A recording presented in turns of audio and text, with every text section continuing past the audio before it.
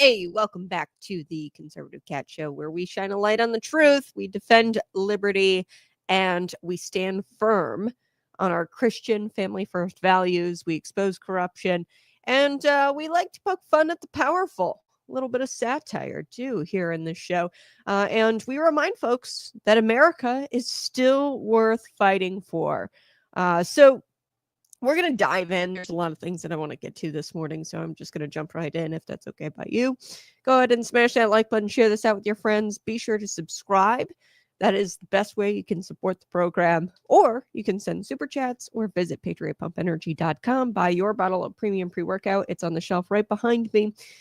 We have the fruit punch flavor. A lot of you have been asking me if we have any more flavors. We want to do that. We just haven't been able to develop it quite yet.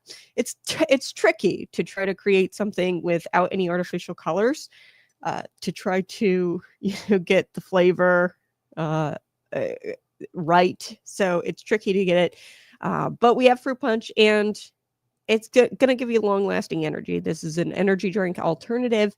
It doesn't try to get you hooked on sugar and caffeine. We work with another product in there besides the caffeine. It's called black pepper extract, and that works in tandem with the caffeine, and it gives you like long-lasting energy. So you can go visit patriotpumpenergy.com and type in the promo code. It's the best promo code out there. Conservative Cat for $10 off. All right, what are we talking about today? I gotta get to this camera guy. I don't know who he is. I tried to figure it out because usually I know who the press corps is in the press corps. I couldn't figure out what affiliate had done this, and I have a feeling that the guy didn't mean to do this. Like, it was just he mentioned Donald Trump, and Trump Tower was right there, and he zoomed in on Trump Tower. But like, this camera man for the win. Wins the day, this cameraman, during this live shot during Governor J.B. Pritzker's presser. It was really an anti-Trump presser. Okay, that's the best way I could put this. But it was right outside of Trump Tower in Chicago, and the cameraman like zooms in on Trump Tower in Chicago, and I don't know, the camera angle just had me busting out laughing. And I tried so hard this morning to try to find who the camera guy was and like what affiliate it was, but it was impossible to figure out the angle and the stories, because you can go and look at everybody's stories. And I was like, okay, it kind of matches this angle, but it kind of matches that angle. So I don't know who shot it. And I don't know if that was his intention to make me laugh, but it did. So I'm going to share it with you guys. I think you guys will get a kick out of it. This DC Attorney General, gay, sorry, like, and I mean 2012 gay. This is so stupid. He's like got his pants all up in a wad, his panties all up in a wad, because Donald Trump is ending no cash bail policies, okay, via executive order. So the Attorney General tries to come for Donald Trump over ending cashless bail. And it doesn't go well, because guess what? This is a policy that a lot of people don't like. No cash bail, where criminals kind of just get a slap on the wrist and then they're free to go. We definitely need to restore cash bail. And we'll talk about it here on the Conservative Cat Show. You won't want to miss the 7 a.m. hour, because that's where I really dig deep into Illinois politics and more local politics. Pritzker, he blocked this nonprofit bill, and I already kind of mentioned it. He only vetoed a couple of bills. And this one, he kind of gave a speech over. It was that nonprofit bill. And, in this speech, he kind of goes out there and he says, well, I didn't sign it because of extremist groups. And by extremist groups, he really means American loving patriots. And we're going to talk about this nonprofit bill, because it had it been signed, it would set a very dangerous precedent. Not only that, it's socialism, it's corruption. And Pritzker, I think, accidentally, sided with the state Republicans here on this nonprofit bill, and he vetoed it. We'll chat about it. And then a little bit later, I do want to talk about how downstate families are going to be on the hook to bail out Chicago's broken transit system. All that and more. Let's get to Donald Trump. And he's got these crime crackdowns on the mind. He's got illegal immigration on the mind, and he's got these crime crackdowns on the mind. So last Friday, right before the weekend, he did like an informal White House presser, and he touted the successes that they've been seeing from Washington, D.C. I think it was like no homicides that entire week, which is huge for Washington, D.C. And for the law enforcement there. Kudos to them, because that was unheard of. Like no homicides in 1 week, no shootings in 1 week.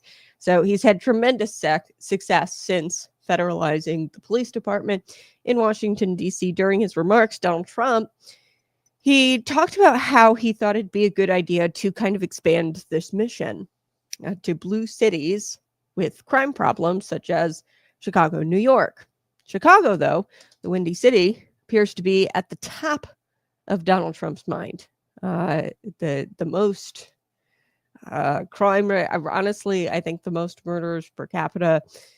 We have like led the nation in homicides for like 14 years straight or something like that. So on the top of Donald Trump's mind is definitely Chicago. He says, quote, "Chicago is a mess. You have an incompetent mayor, grossly incompetent. We'll straighten that one out probably next. That will be our next one after this, after Washington, D.C. So is lagging a bit. I'm lagging a little bit. Oh, no. It might be... I've got low internet. Hopefully it straightens itself out. Otherwise, I'm going to try to work out the tech monkeys this morning. Throw it in the comments section. Am I lagging a little bit this morning? Who knows? Maybe it's the screw tube trolls coming after me. I don't know. But so he's going to Chicago next.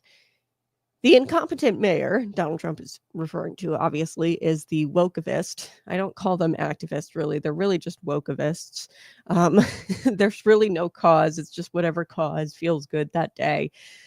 True activists, they're passionate about a specific cause.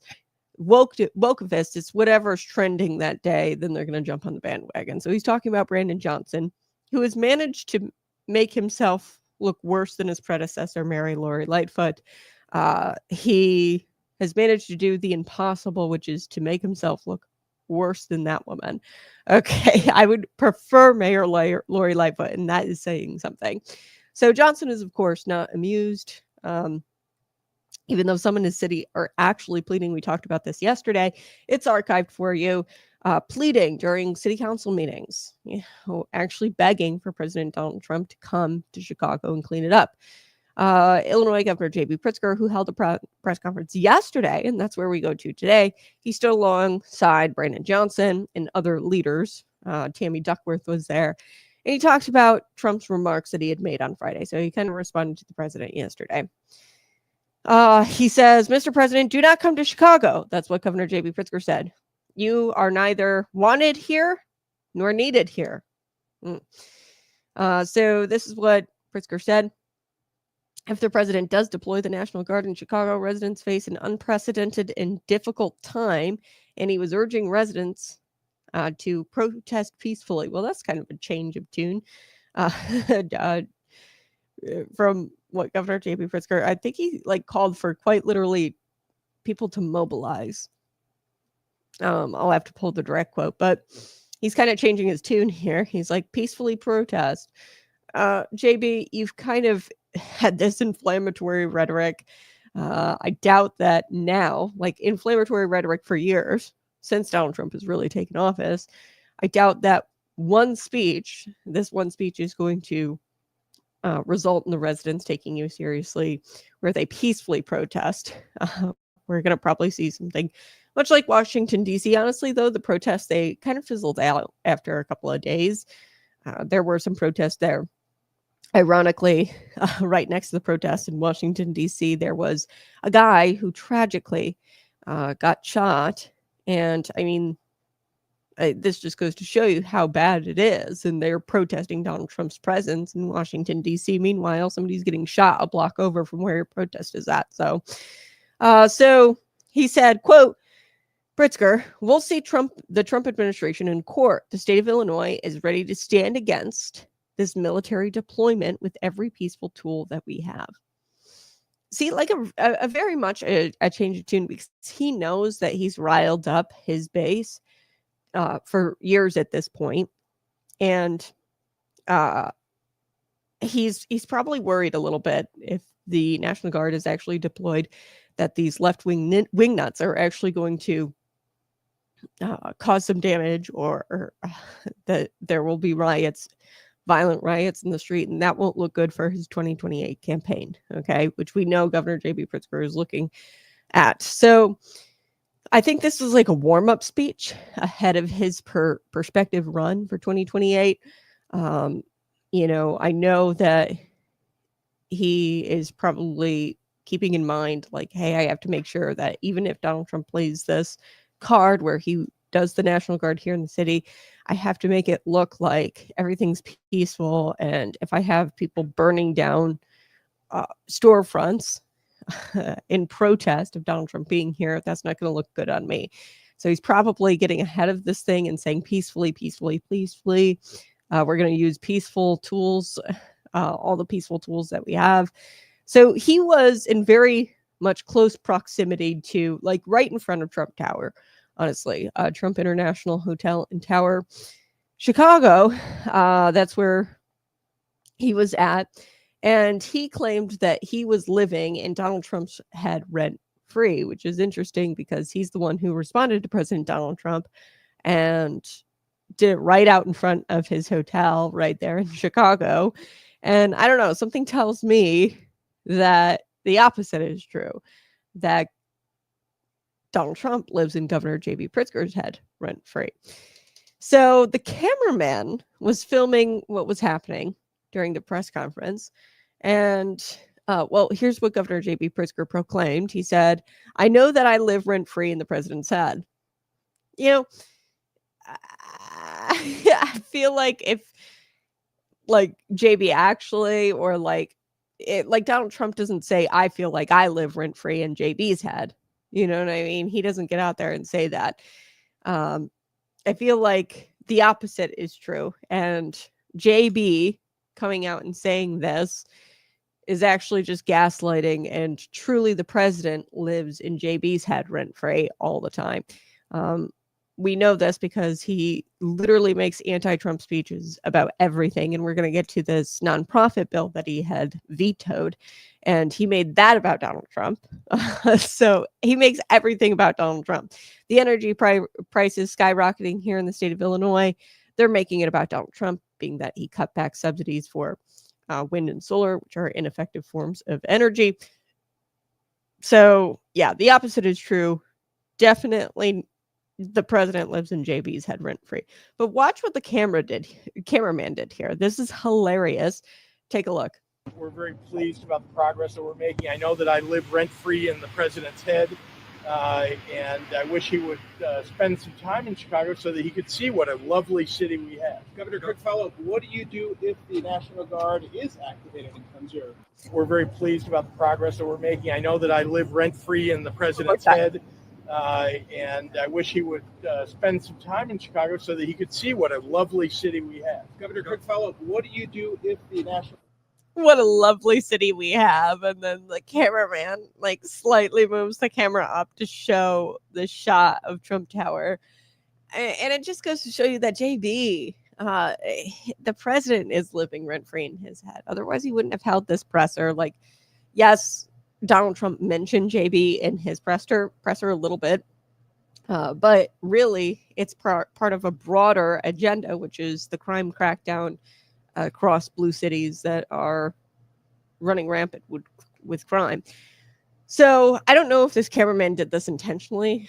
It might not have been intentional. A lot of times, like, if you mention the word Trump, maybe he was trying to do like an artistic move there where he shoots or dials in on the word Trump. Still funny. It might not have been intentional, but it was very, very funny.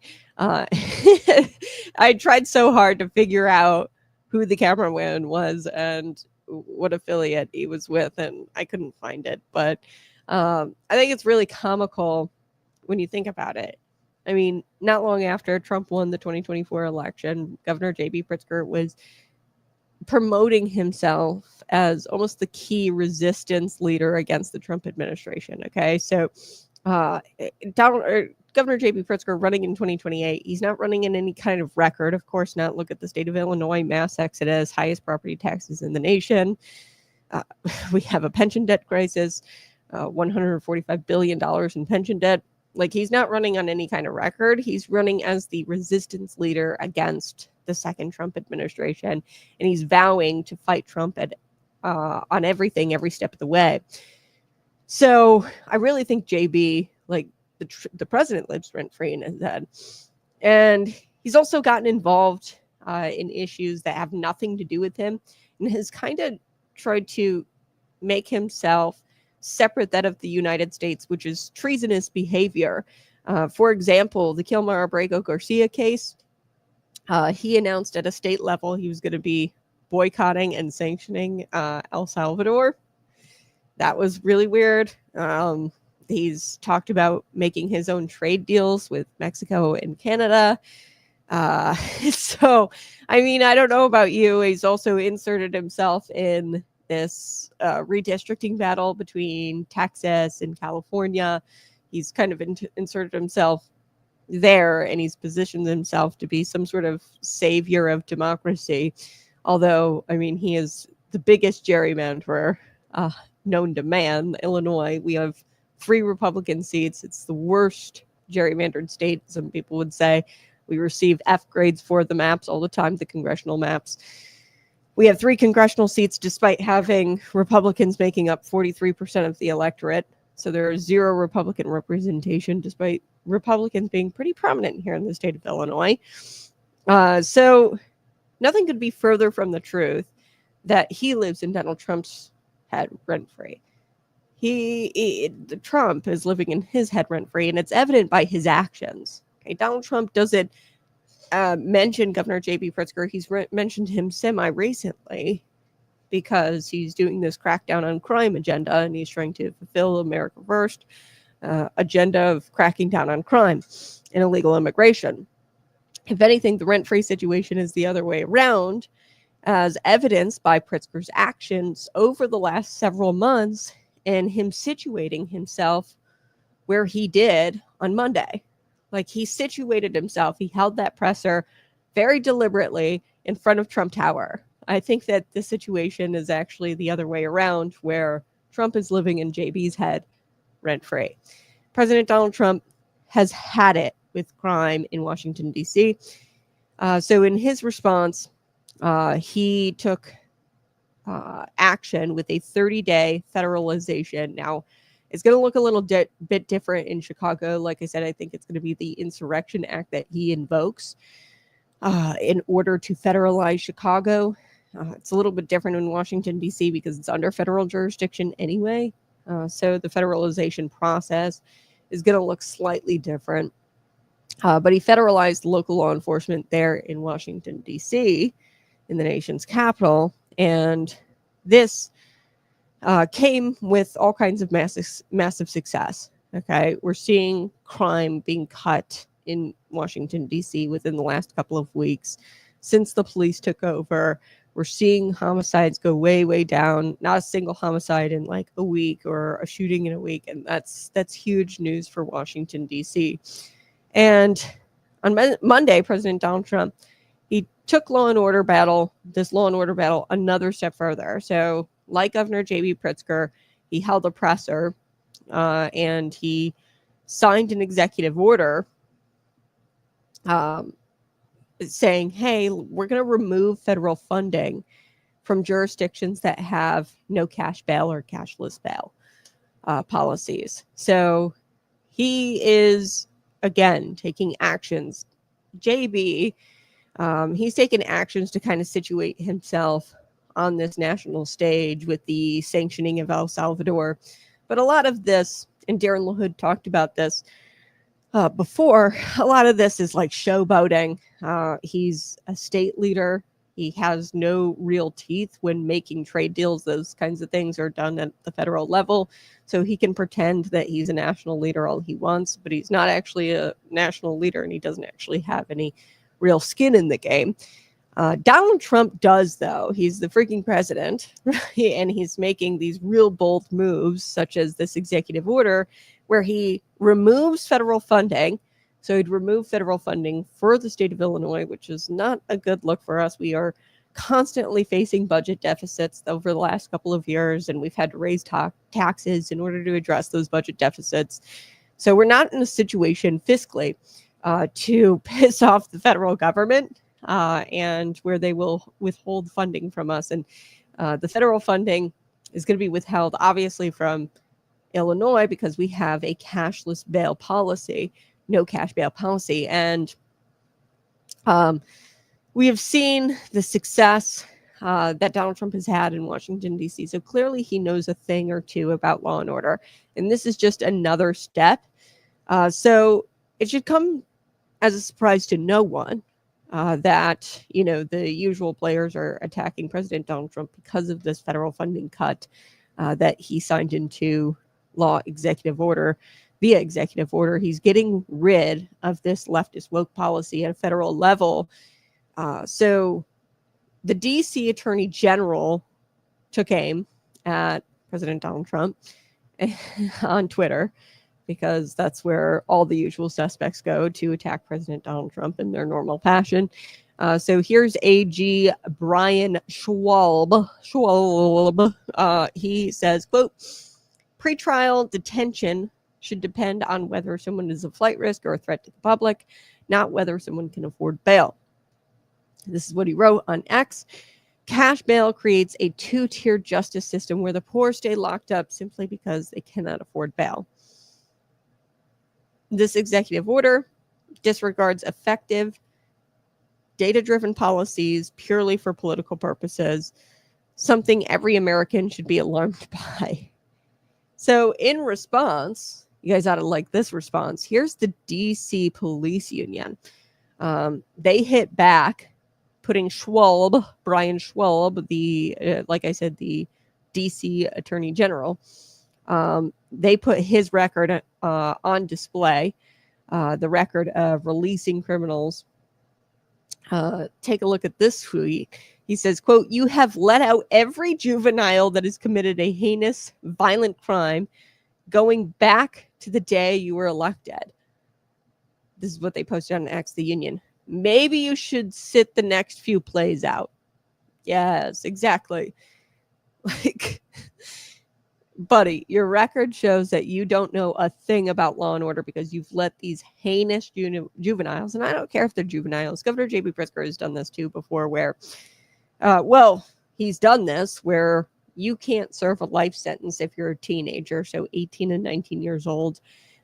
And this was truly disgusting. There are 18, 19-year-olds. There's actually a person who sits on a board. I'd have to look up his name, but he was serving life. And when Governor J.B. Pritzker signed this new thing into law, where you can't take 18 and 19-year-olds and do life sentences, he, of course, in Pritzker political theater fashion, had this guy kind of champion the law, or kind of be the face of the law, where he was serving a life sentence. And he's much older now, and he was served decades for this crime that he had committed, where he pretended to be a handyman and pretended to install a fan.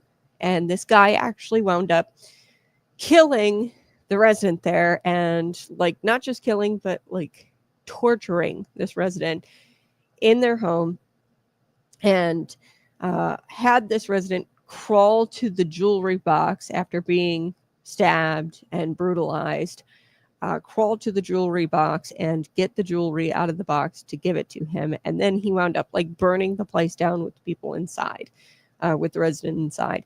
Really heinous Jeffrey Dahmer type stuff we're talking about here, okay? And that kind of stuff does happen. 18-year-olds, 19-year-olds do commit very heinous crimes that should result in them serving the rest of their life in a jail cell, and Governor J.B. Pritzker doesn't think so. So there's a record here that the Attorney General in D.C. Has, and the police union called that out. They said, look, every juvenile who's committed heinous violent crimes, carjackings, breaking people's arms. You have let those kids go. You have let those juveniles go. And you need to sit this round out, man. So following Trump's announcement earlier this month of the takeover of law enforcement, the DC police union have showed their support for Trump's actions from the very beginning, really.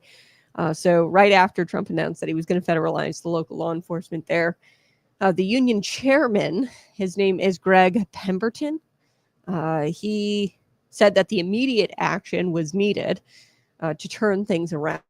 So the immediate action of federalizing the Washington, D.C. police. In a scathing Washington Post op-ed, Pemberton, the union chairman, said Democrat leaders' anti-police agenda is how things have gotten so out of control in the city. Same thing is true for Chicago. Pemberton wrote that the D.C. council members have put wrong-headed ideology over the safety of those living, working, and visiting D.C. Same thing is true. I would even go a step further. It's not just the Chicago city councilmen. In fact, some Chicago city councilmen are pro cracking down on crime.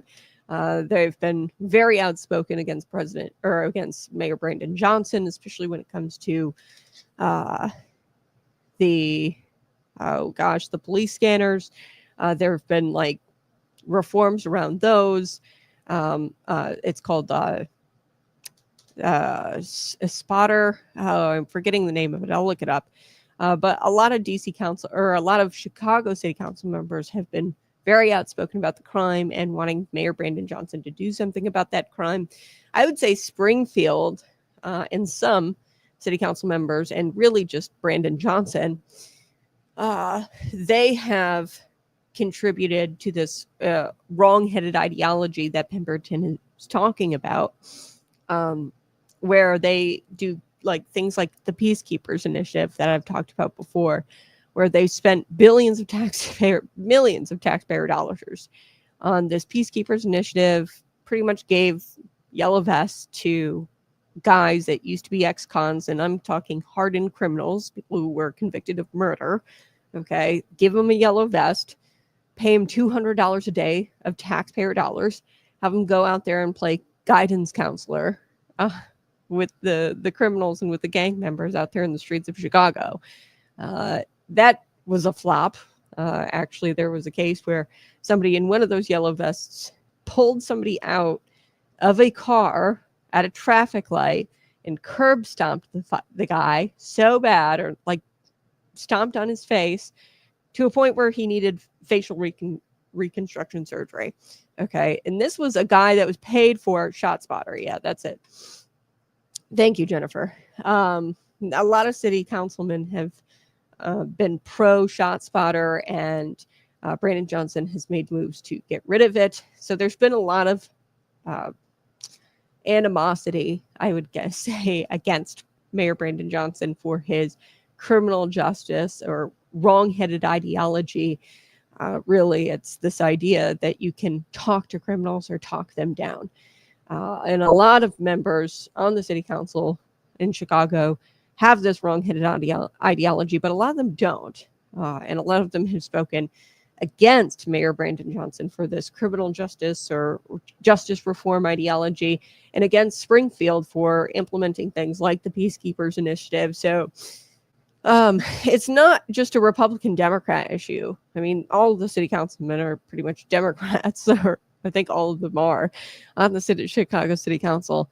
And there have been Democrats who've said, like, enough's enough. We have to crack down on this crime. We should be keeping things like ShotSpotter.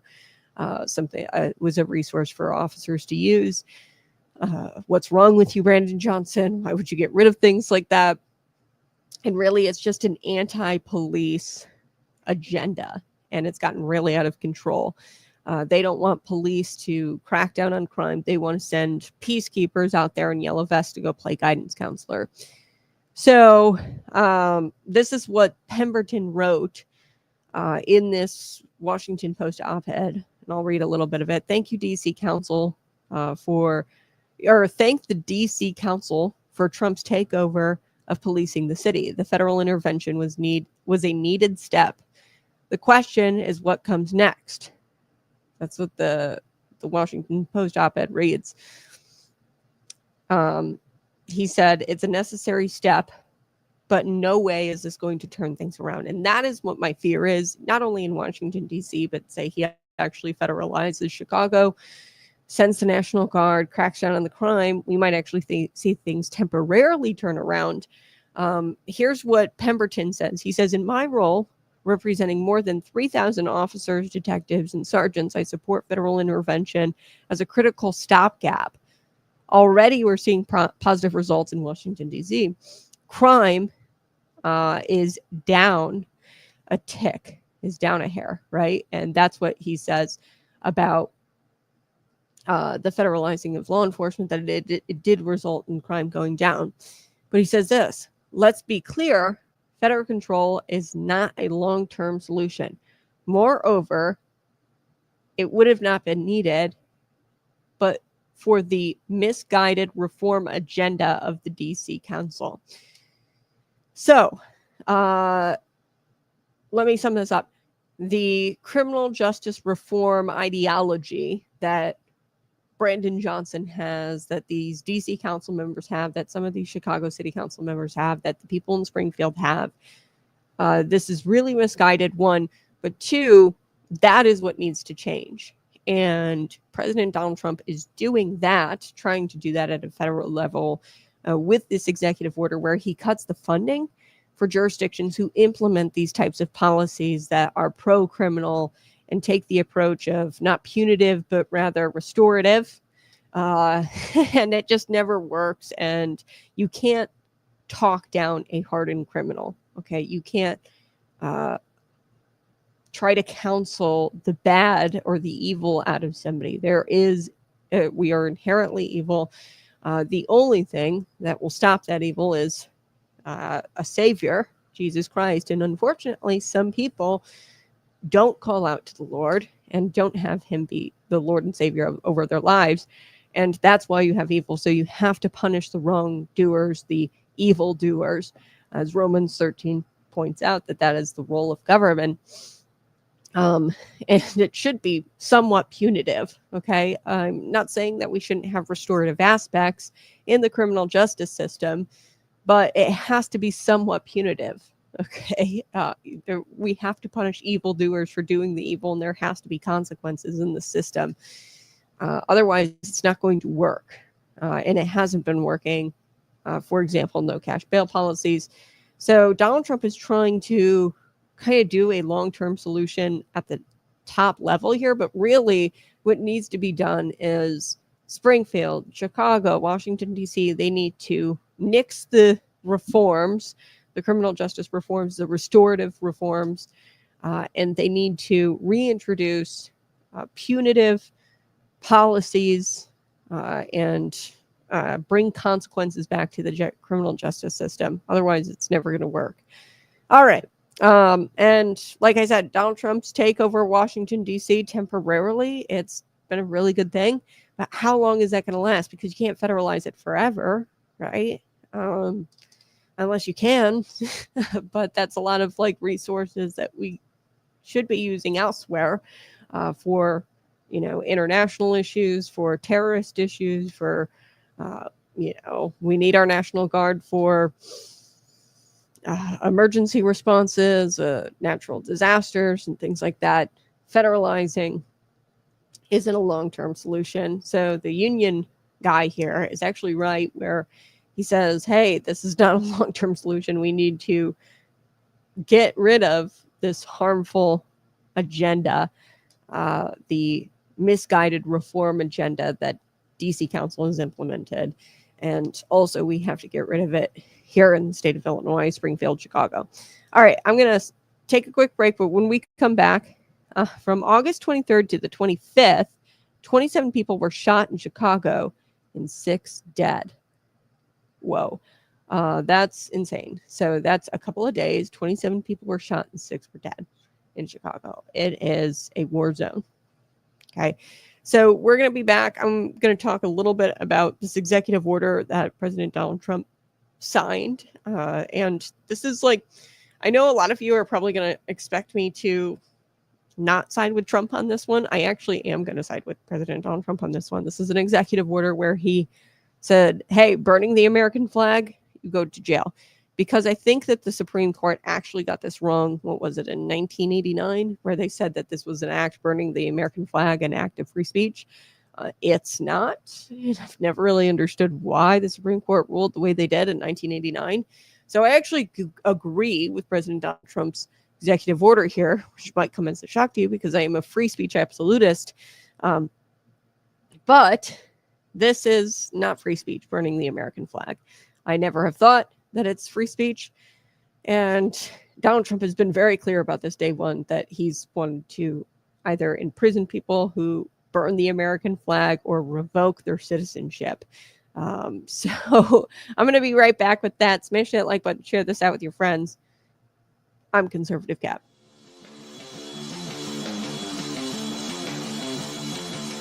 Hey, this is Conservative Cat Clips, and this is the place where we remind you that your children come from God and they don't come from the Department of Education. The government wants to raise your kids. They want to feed them breakfast. They want to tell them about gender ideology and gender identity as young as kindergarten. They want to start them out really early. They want to tell your kids how many pronouns they should have, and they want your kids to learn all the pronouns by the age of 3rd grade. Okay. Meanwhile, they can't keep bathrooms clean in their schools. They can't keep their test scores up, reading, writing, and arithmetic. They can't keep those scores above sea level. The truth here is that bureaucrats don't love their kids.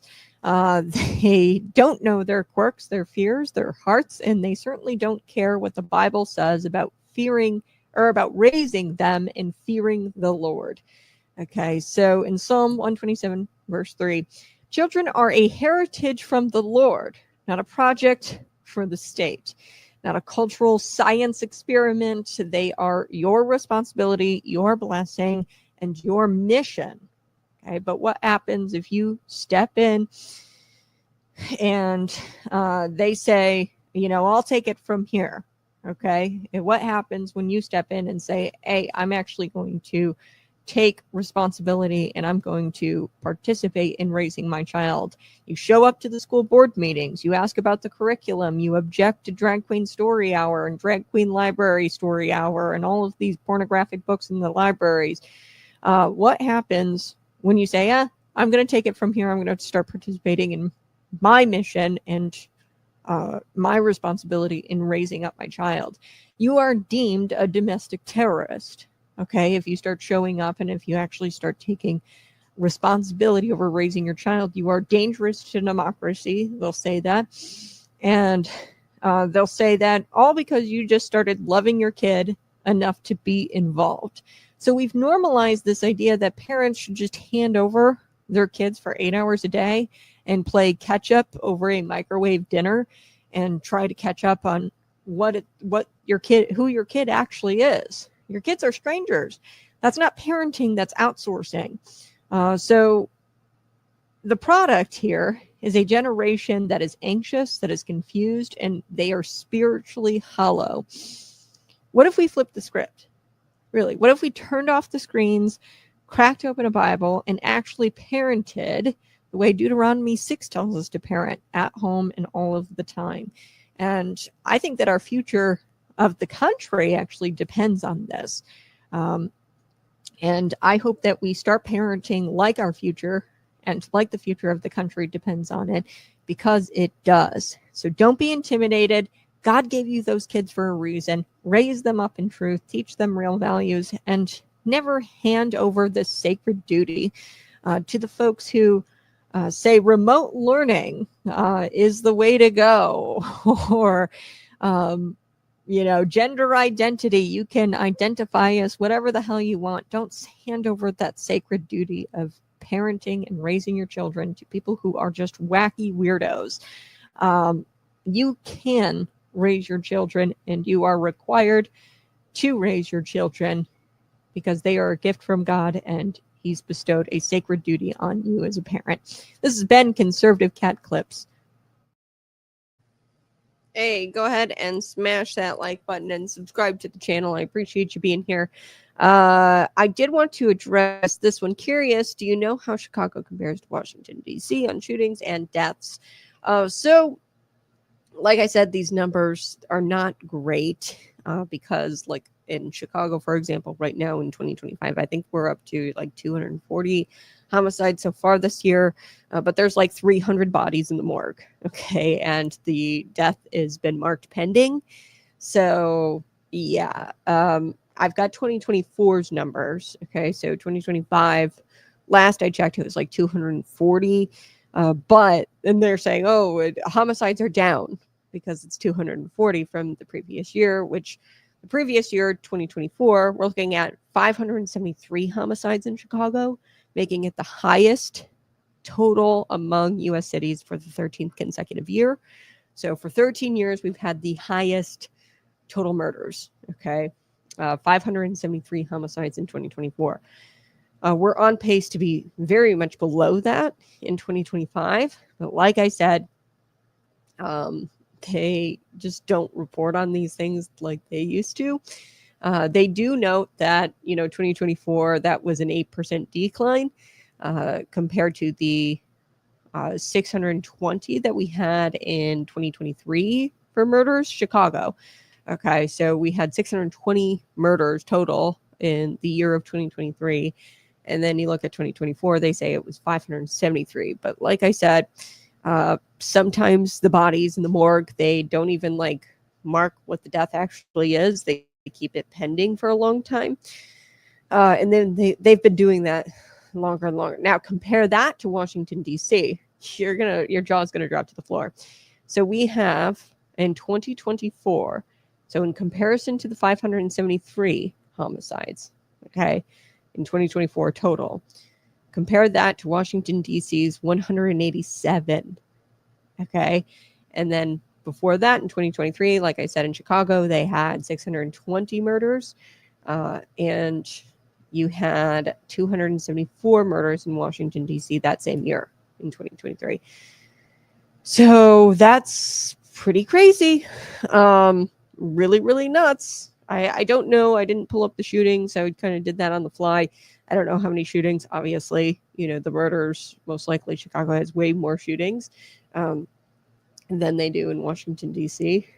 That's what I would guess, considering their murders are like nearly triple of what, more than triple of what Washington, D.C.'s murders are. Okay, the numbers.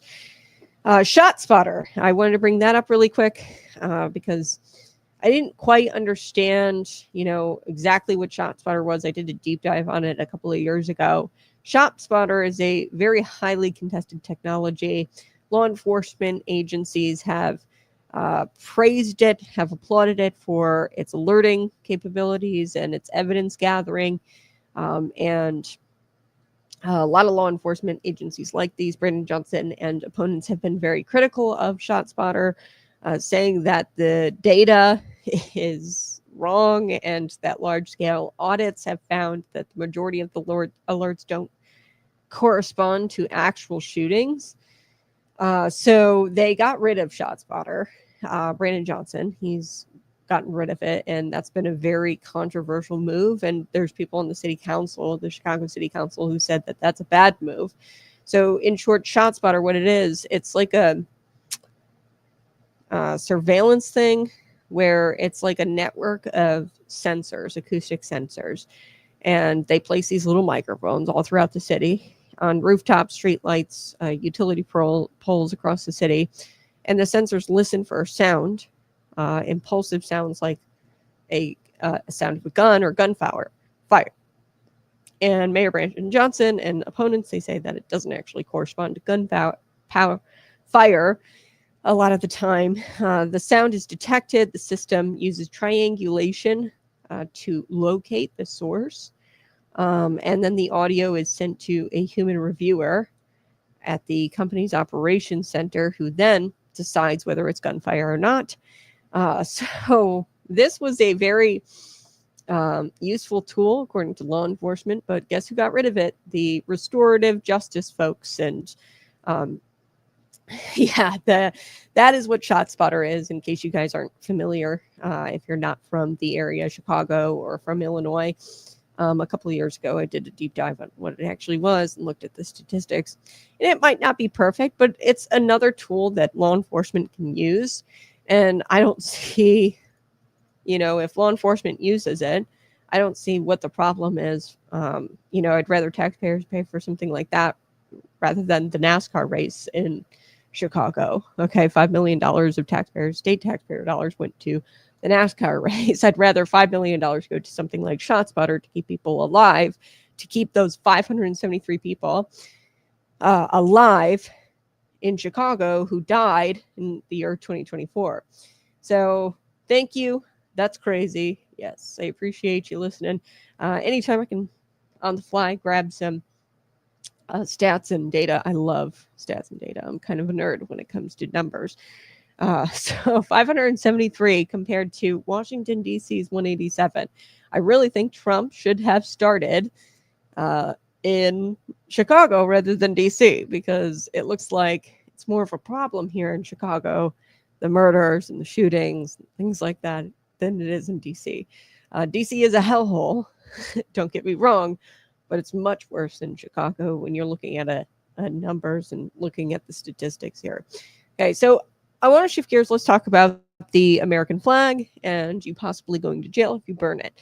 And I know what a lot of you are probably going to think.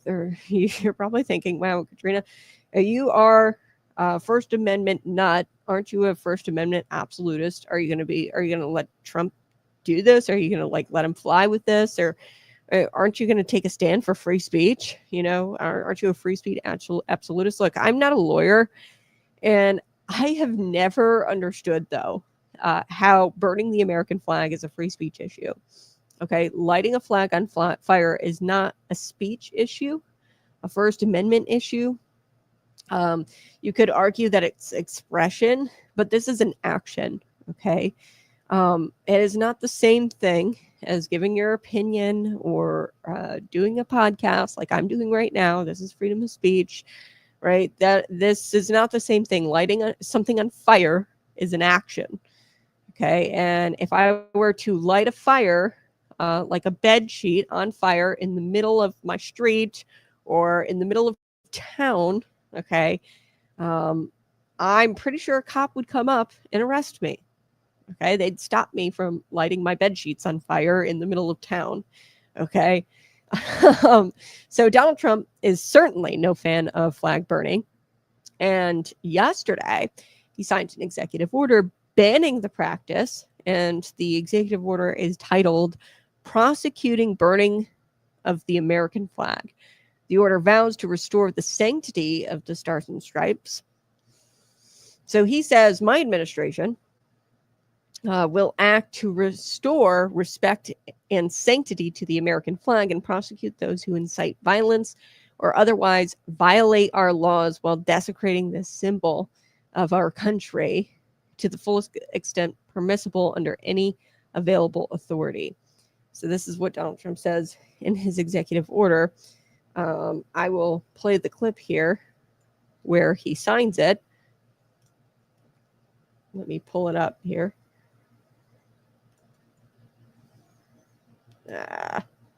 Okay. Yep. So the order noted that those who incite violence or otherwise violate our laws will be prosecuted. So there is a provision within the executive order that addresses the Supreme Court ruling. Okay. And I'll get to that provision here in just a second, but I do want to share the signing with you, what actually happened in the White House. Let's take a listen. Here we go. What the penalty is going to be, if you burn a flag, you get 1 year in jail, no early exits, no nothing. You get 1 year in jail. If you burn a flag, you get, and what it does is incite to riot. I hope they use that language, by the way, did they? Yeah, incitement is incite to riot. And you burn a flag, you get 1 year in jail. You don't get 10 years, you don't get 1 month. You get 1 year in jail, and it goes on your record. And you will see flag burning stopping immediately. And what the penalty is going to be, if you burn. Okay, So what the penalty is going to be is if you burn the flag, you get 1 year in jail. So you set a match to Old Glory, you're going to spend a year in jail. Trump said, quote, the order directs the Department of Justice to prosecute individuals who desecrate the flag, along with detaining and deporting illegal immigrants who are accused of flag burning. Okay, he said if you burn the flag, you get a year in jail, no early exits, no nothing. This is what he declared in the Oval Office. You just heard that. Look, the order addresses the Supreme Court ruling. I know what you guys are all going to say. Kat, this is freedom of expression. How could you? This is freedom of speech, First Amendment. The order is most definitely going to be challenged by American-hating leftists, obviously. And I could imagine your libertarian-type folks who are going to say, oh, aren't you a free speech absolutist? Yes, I am. Yes, but the order addresses the 1989 Supreme Court ruling. In 1989, here's what the order says.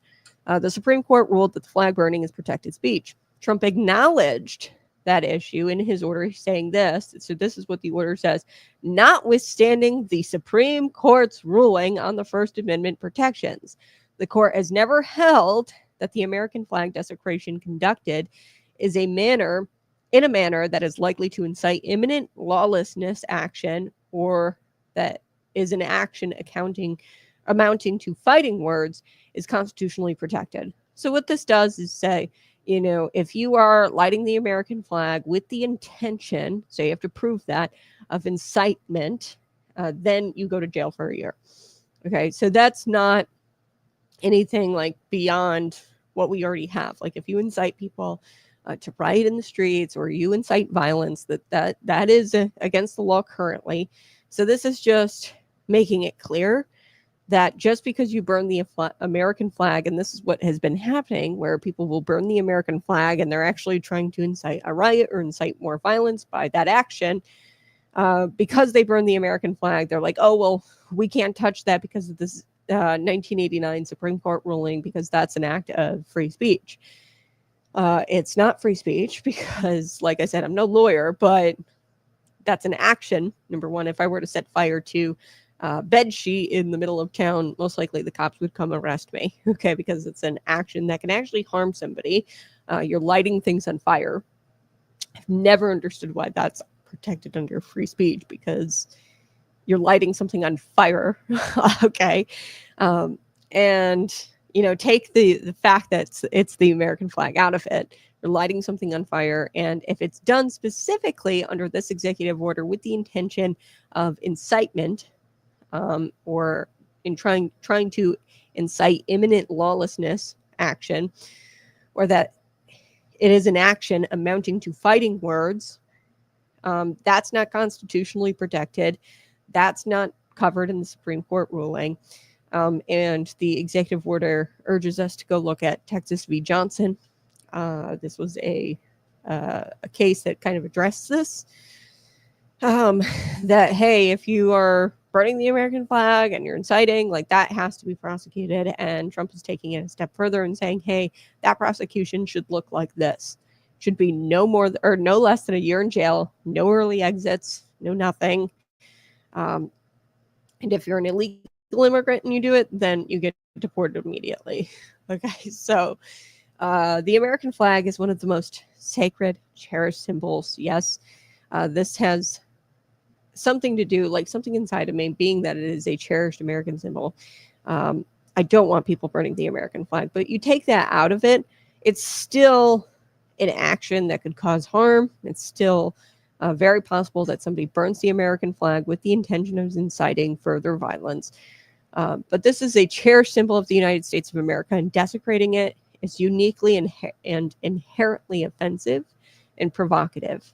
Okay, and usually it's done with the intention of incitement. You are trying to rile people up, and you're using violence, burning something to rile people up. That should be definitely prosecuted. So I stand with President Donald Trump on this, and I know a lot of people are going to come after me. They're going to say, Kat, aren't you a free speech absolutist? Yeah, but this isn't really free speech, and it never really was. So it is a statement when you burn the flag of contempt and hostility towards the nation. I think it's borderline treasonous. And the act is used often by hate groups, Islamist terrorists, foreign nationals, and they use this as a calculated move to try to threaten people and try to threaten Americans specifically and America specifically, and to try to intimidate individuals, American individuals. They use this as a calculated action, and they use this to try to incite violence as well. So Trump has been a long critic of flag burning, by the way. So really, flag burning gained popularity during the Vietnam War protests. Since the start of his career, really, in politics, Trump has advocated for imposing legal penalties on protesters who destroy the American flag. Despite the Supreme Court's ruling in 1989, I don't really know why they ruled the way they did, because this is an act of burning something, which in public, the intent is usually to incite more violence. And it is a violent act inherently, because you are setting something on fire, okay, in public. If I were to do that anywhere else with anything else, it would not be protected, okay? You can't just go do that. Like if I were to set fire to a bed sheet in the middle of the road, the cops would come and arrest me for either disorderly conduct, for violence, or trying to incite violence, or being a disturbance, a public disturbance, something, right? So in the past, the president has called for stripping citizenship from people who are naturalized American citizens. So he's actually called for this if they burn the American flag. He didn't go that far with this executive order. He just simply advocated for a year jail time as punishment. But he could have gone further. He could have stripped you of your citizenship if you burn the American flag, which I think is a proportional response. I wouldn't have been opposed to that executive order. But Trump, during the 2024 campaign season, even floated the idea of introducing a constitutional amendment to ban flag burning as a form of protected protest. Amid the anti-ICE riots in LA earlier this year, Trump called for throwing demonstrators in jail for a year for setting that flag on fire. So he finally did it. He wrote the executive order, although he's, floated ideas about how he was going to do it for quite some time now, since really he was campaigning in 2024. Prior to, even under his first administration, he talked about legal penalties for people who burn the flag. But during the campaign trail, he talked about a constitutional amendment that would ban burning the flag. And I wouldn't be opposed to that because, like I said, I've never understood the Supreme Court ruling in 1989. Maybe I'm crazy. Throw it in the comments section. But it's kind of weird because it's like, you can't burn a bed sheet. Why is it okay to burn an American flag in the middle of the road, right? Potentially putting people in harm's way. So Donald Trump told a crowd of service members at Fort Bragg one year, quote, "These are animals, but they boldly carry the flags of their other countries. They don't carry the American flag. They only burn it." Did you see a lot of the flags being burned? Donald Trump said at Fort Bragg in front of these service members. I think he was talking about the LA riots. So it's unclear whether this order is going to survive the courts. I'd imagine that left-wing activists or left-wing think tanks are going to, lodge a lawsuit against President Donald Trump's executive order. But Trump has made it crystal clear where he stands on this issue. I think I've made it crystal clear where I stand on the issue. I don't think burning the American flag should be protected by it's not free speech. It's an action. I don't know why, but this feels like common sense to me, that, it's an action that could harm somebody greatly, setting fire on something. In a crowd of people, you're endangering the lives of people. Endangerment, I would say. I mean, there's already so many things in the law that I think you could charge people with. Littering, I mean, if nothing else, if they're burning the American flag in public. Now outside of public, what you do in your house or what you do in your backyard, you throw American flag in the burn pit. whatever, but definitely in public, you're putting people at risk when you burn anything. So I want to take a quick break. We are going to come back.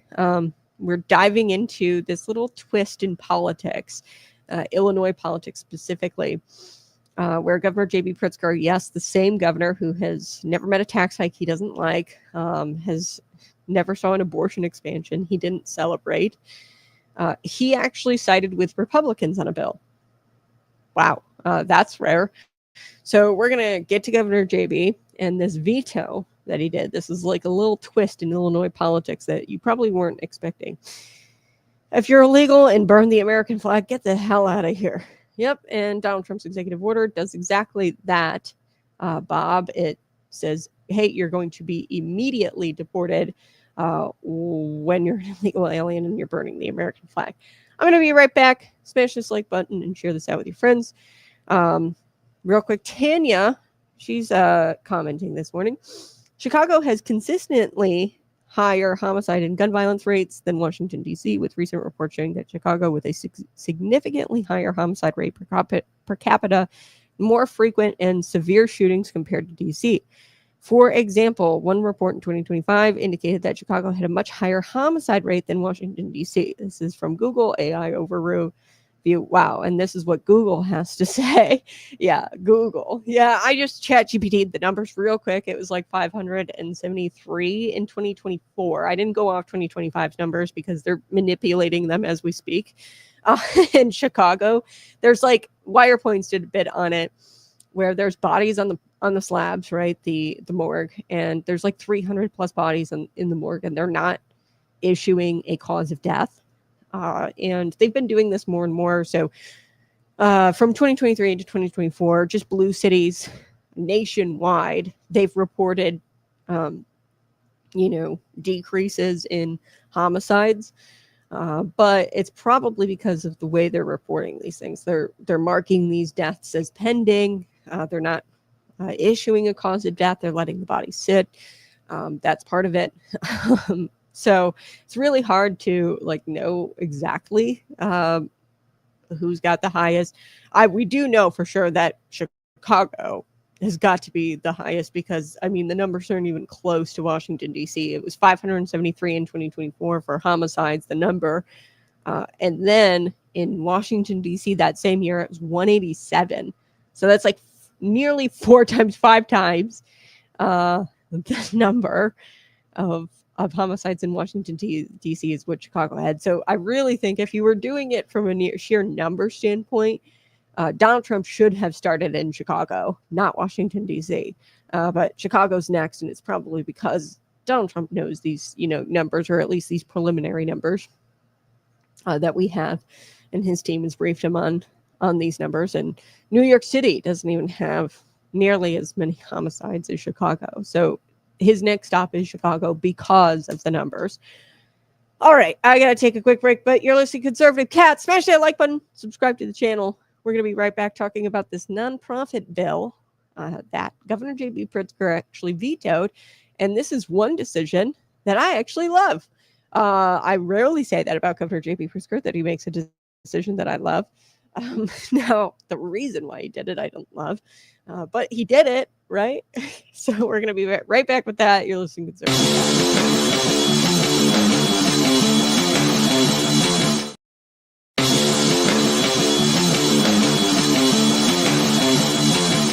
Welcome to Conservative Cat Clips, where we deal with the truth, not talking points. I'm your host, Cat, and today we're putting a spotlight on something the abortion industry wants to keep you in the dark about: abortion pills. What are they? How do they work? And how are they hurting women? Let's talk about the facts. Over 54% of abortions in America are now done using chemical abortion pills. That number is climbing fast. Why? Because it's easier, it's cheaper, and it's quieter.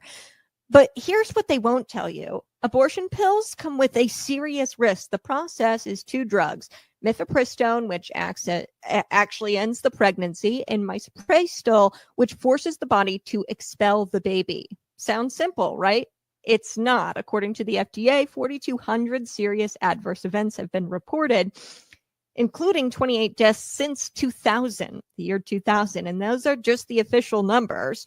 In 2021, there was a peer-reviewed study that found that ER visits after chemical abortions increased by over 500% between 2002 and 2015. And here's the kicker. Many of these cases are coded as miscarriages, and they're coded as miscarriages because women don't, or they can't tell the hospital what actually happened and that they actually took these pills. That means the real damage, probably much worse. So way more than 4,200 adverse events since 2000. Now brace yourself. The Biden administration made it to where these pills were accessible by the mail with no person exam, no ultrasound, and no guarantee that the pregnancy had to be an ectopic pregnancy. So, I mean, you could be taking these in your 6 months, 7 months, 8 months along. And it's not, this could be deadly if you take it when it's not an ectopic pregnancy. Women are being told to take these powerful drugs and there's zero medical supervision. That's not healthcare. It's called negligence. It's medical negligence. And we're seeing heartbreaking stories about all these women who are bleeding alone in dorm rooms, bathrooms, parking lots, or even in their own cars in the parking lot. Clinics like Planned Parenthood calls this empowerment and empowering, but tell me how it's empowering to hand a teenager a handful of pills and say, good luck. The emotional fallout is just as real, by the way. There's a physical risk, but there's an emotional risk as well. Women reported feeling abandoned, traumatized, and even haunted by what they've done, especially when they see the tiny, tiny body of their baby passing and passing that. It's traumatizing, and nobody tells them that they're going to see the tiny baby in the pamphlet.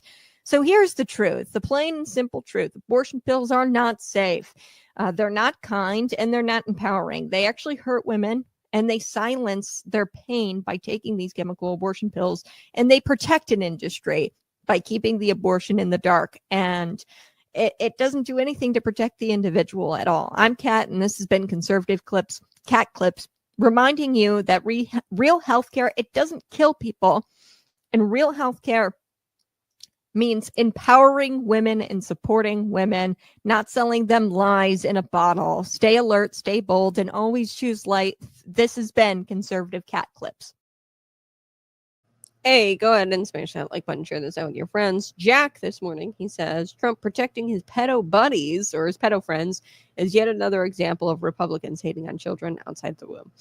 Okay, first of all, Republicans, Christians, they are always the ones who step up and say, hey, DCFS is failing our children. DCFS, Democrats, these bureaucracies, they're failing the children outside of the womb. Republicans have always advocated for things like pregnancy resource centers, funding adoption, family or faith-based adoption centers. They've always advocated for that. It's Governor J.B. Pritzker and Democrats who have labeled pregnancy resource centers, by the way, these pregnancy resource centers who help women with their pregnancies and then also help with connecting those women with services for the children once they're outside the womb. Governor J.B. Pritzker has labeled those sources, those resources, those centers as deceptive practicing. He tried to fine them, the Attorney General, $50,000 a pop for an act of deceptive practice. So Democrats are really hateful towards children outside of the womb and inside of the womb. Another example would be Drag Queen Story Hour, the perversion of children outside of the womb. For example, actually in Hayworth, Illinois, there was a teacher who instructed her children, the students at that school. They were like middle-aged or middle school-aged children, instructed those children to watch Money Shot, which was a documentary. She had that on a list of assigned reading for Monday readings. Money Shot, just look that up, what that means. Yes, she instructed her students to go watch a documentary about Money Shot. Okay. And guess what? Trump hating Democrat, you go look at her social media, definitely a Democrat, definitely a left-wing activist, was in higher education for years upon years upon years, obtaining things like master's degrees and things like that. So Yeah, actually, it's Democrats who hate on children inside and outside the womb. Those are just two examples that I have for you. I could go on, but example number one being Governor J.B. Pritzker and his hatred towards Pregnancy Resource Center, where they tried to attack pregnancy resource centers by labeling them as deceptive and fining them and really fining them out of existence. Issuing fines that would cause them to go under. And these are vital, vital resources to communities and to women and to children. So that's example number one. Example number two would be the perversion of children outside of the womb in our school districts, where assigned readings like Money Shot are given to students in middle school age. So those are two examples where actually Democrats hate on children outside the womb, number one. Number two, Trump is not protecting his pedo friends. Okay. There's this really weird subreddit or Reddit. Like, I'd imagine you're a Redditor, Jack. And it's okay. I'm glad that you stumbled across this program. There's like this weird group of Redditors out there who have said like Donald Trump is protecting Jeffrey Epstein's client list and he's protecting his pedophile friends. And they've gone down this wild conspiracy. Donald Trump has nothing to do with the Epstein list and the release of it. So there's something called sealed court documents. Okay.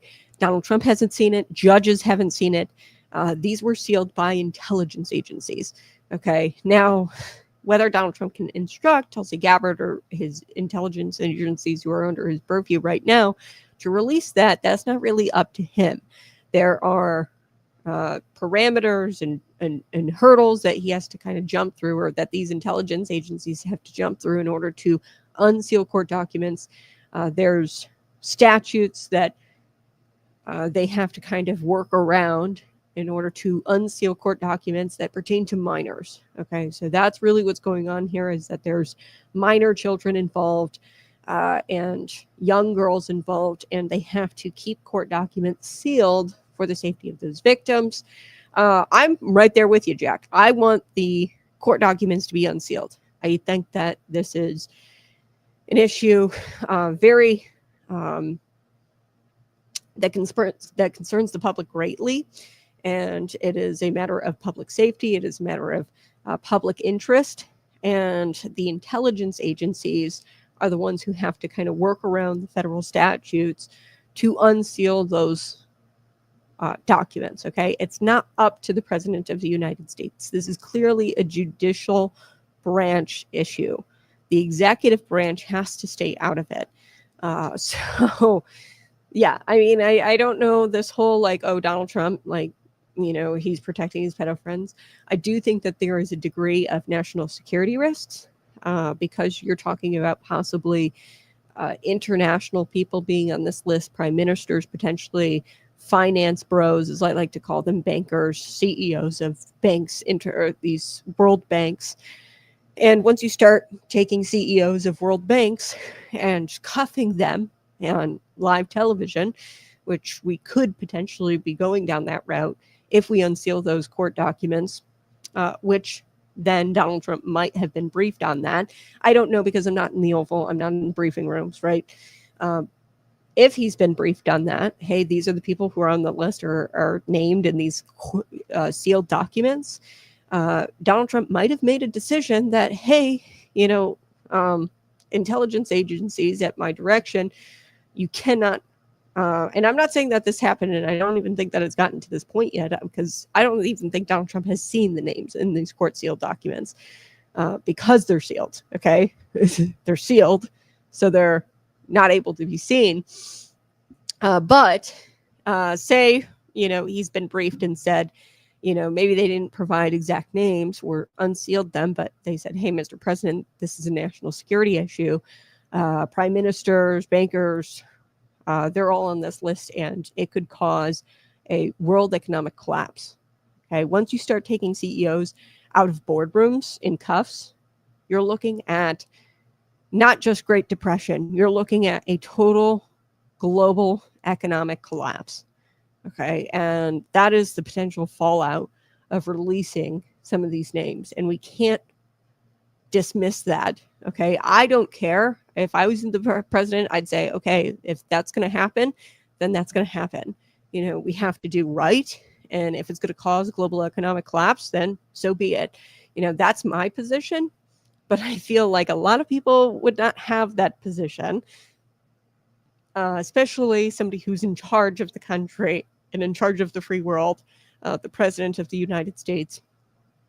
They might not have the same position I do on that. So we have to also keep that in consideration that, hey, releasing or unsealing these court documents could potentially lead to global economic collapse. We can't dismiss that outright. So in no way do I think that Donald Trump is protecting his pedo buddies, protecting the nation from global economic, or the world from global economic collapse, potentially. But even then, I don't even think we're there yet. I think that it's quite literally out of Trump's hands, and the intelligence agencies would be the ones to unseal those court documents. But even then, they have hoops to jump through. So I'm getting really tired of these Redditors who say that Donald Trump is like a pedo, and they're like down this conspiracy theory like rabbit hole that Donald Trump is protecting pedophiles. Like, it's really annoying because you got to come up with something else, man. Use a little bit of critical thinking, understand the judicial branch, the separation of powers, understand the fallout, the economic fallout that could happen once you start taking bank CEOs out of boardrooms in cuffs, potentially. So, yeah, it's just very annoying. Anyway, let's shift gears. Let's talk about Governor J.B. Pritzker. Okay. So, yes, he is the same governor who has never met a tax hike he doesn't like. He has never saw an abortion expansion that he doesn't celebrate. But he actually sided with Republicans on a bill. What? Hey, pigs have sprouted wings, and somewhere down in Springfield, legislators had to check the thermometer in hell because hell froze over. Governor J.B. Pritzker siding with State House Republicans. So here's the setup. Illinois Treasurer Michael Freerichs, he wanted to create a brand new investment pool for nonprofit organizations. Sounds nice, cozy, cute, right? Safe, liquid investment vehicles, better returns, lower fees, right? Bank with us, nonprofits. Invest with us, nonprofits. Invest with the state. We'll be in charge of your money, essentially. That's what that's saying. The state is going to be in charge of the nonprofit organization's monies. They always sell it like it's a nice Hallmark movie, right? Hey, you're going to have better returns, lower fees, safe liquid investment vehicles. Like they always sell it like it's this rainbows and kittens Hallmark movie. You can picture it now, a youth center or food pantry, tucking away their pennies, watching them grow into shiny new buildings. That's the way they'll pitch this, that, hey, this food pantry, they've been tucking away their pennies with the state, and their pennies have been growing and growing and growing. And that actually led to them building a home for this homeless guy, right? You can see the press release now. But like everything in Illinois politics, if I haven't taught you this yet, I'm teaching you it now. If it looks shiny, if it looks like charity on the outside, it usually hides power, influence, and control on the inside. It's never as fluffy and cute as they say it is. Okay, so this investment pool, very bad for Illinois. So State Representative Jeff Kiker, Republican, in the Center Square, he said, quote, "Wait a second, this isn't just about soup kitchens and homeless shelters. This opens the door for politically activated nonprofits, think tanks, labor unions, or even groups that sympathize with Hamas or radical causes." Okay, so this opens the door for all of those groups to invest with the state and to put their money in a bank with the state. Okay, ding, ding, ding. He's right. Jeff Kiker, like this opens up Pandora's box. So if the state controls the investment pool, they decide who gets in and who gets to use it. Okay, if the state controls it, and suddenly taxpayer resources are underwriting organizations that turn around and lobby against your values, lobby against your freedoms, lobby for things like radical Islamic terrorists or like support radical Islamic terrorist organizations on college campuses. Okay, so let's be real. Illinois AFL-CIO, this is the labor union, they weren't shy. They flat out said, this helps us. This helps labor unions. There's your giveaway. The unions wanted it badly. They wanted this. So, and it's not just about the money. It's about political power. Okay. Let's be real. They were going to turn taxpayer resources and they were going to use taxpayer resources were going to be used for underwriting organizations that turn around and lobby against your values and against your freedoms and against your family. So this is where it gets strange. Governor J.B. Pritzker actually vetoed this thing. I would not have suspected that. Had you told me, hey, this is a bill, it creates an investment pool for nonprofit organizations. Essentially, the state is taking over the nonprofit organizations' monies, and they're going to be banking with the state, essentially, which is really bizarre and weird, and is very socialist of them. I would have said, wow, I bet Pritzker signs it day one. He didn't. He vetoed it, and he didn't do it with just a quiet no thanks and stroke of his pen. He gave a speech about it, and it was a real self-righteous type speech, and it was dripped with self-righteousness, this speech. And he said that the bill could potentially benefit fringe extremist groups. And then he name dropped the Oath Keepers. Okay, let's pause there. Number one, the Oath Keepers, according to their own description, they are veterans, first responders, patriotic citizens who pledge to uphold the Constitution. In Pritzker's eyes, I guess that's all an extremist group, these patriot veterans who uphold the Constitution. But Planned Parenthood, they're totally fine. They're not an extremist group at all. No. Abortion at 9 months, club the baby on the way out. No, we're not an extremist group. Also founded by Margaret Sanger, a eugenicist, by the way. No, totally not an extremist group. The ACLU suing to remove prayer out of public schools. No, they're not. They're not the problem. ACLU, Planned Parenthood. No, labor unions funding Democrats. No, they're not the problem. That's just democracy at work. You see the double standard here. The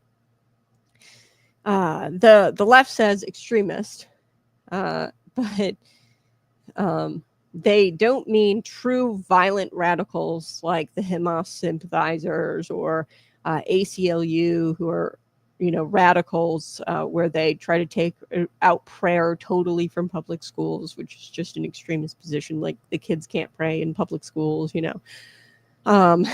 like those are the radicals. And by radicals and by extremist groups, they actually mean you, the Oath Keepers, you, the school board mom who goes and yells at the school board meeting about sex curriculum being pushed on your 5-year-old, okay? They mean the Bible-believing Christians, conservative veterans, moms at school board meetings, and yes, anyone who ever dared put on a MAGA hat. That's who they mean by extremists, okay? So they don't want extremists, so-called extremists, to have a piece of the pie, per se, okay, with this nonprofit bill where they get to be in the investment pool. So did Pritzker suddenly grow a conscience? No. He saw this bill as a political liability. He was worried that Republicans might have been able at some point been able to point out that the state government has to subsidize groups that they want as well as the left wants. And that would mean having to subsidize groups, these nonprofit organizations that his base calls hate groups. Okay. So, I mean, the hypocrisy would have been called out because the state inevitably would have picked, ACLU or, some of these other nonprofit organizations like the Immigrant Coalition for Refugee Rights or something like that, ICER, or the Immigration Project, some of these nonprofit organizations that are clearly one-sided. They would have picked those to be a part of this investment pool.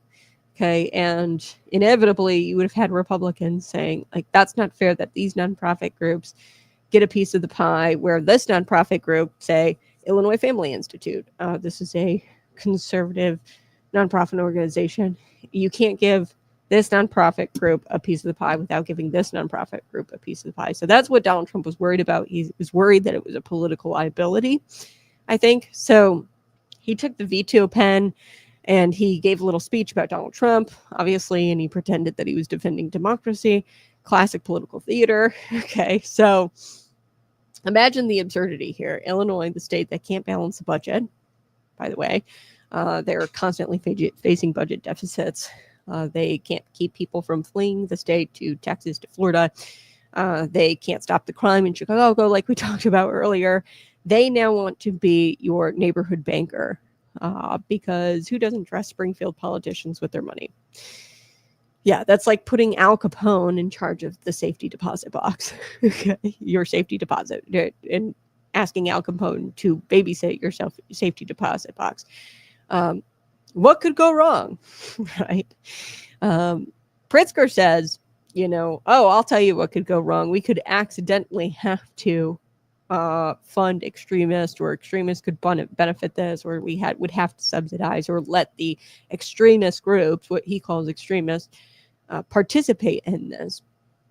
So the same administration that dumps money into abortion funds for out-of-state residents to come here, taxpayer-funded travel and expenses paid for.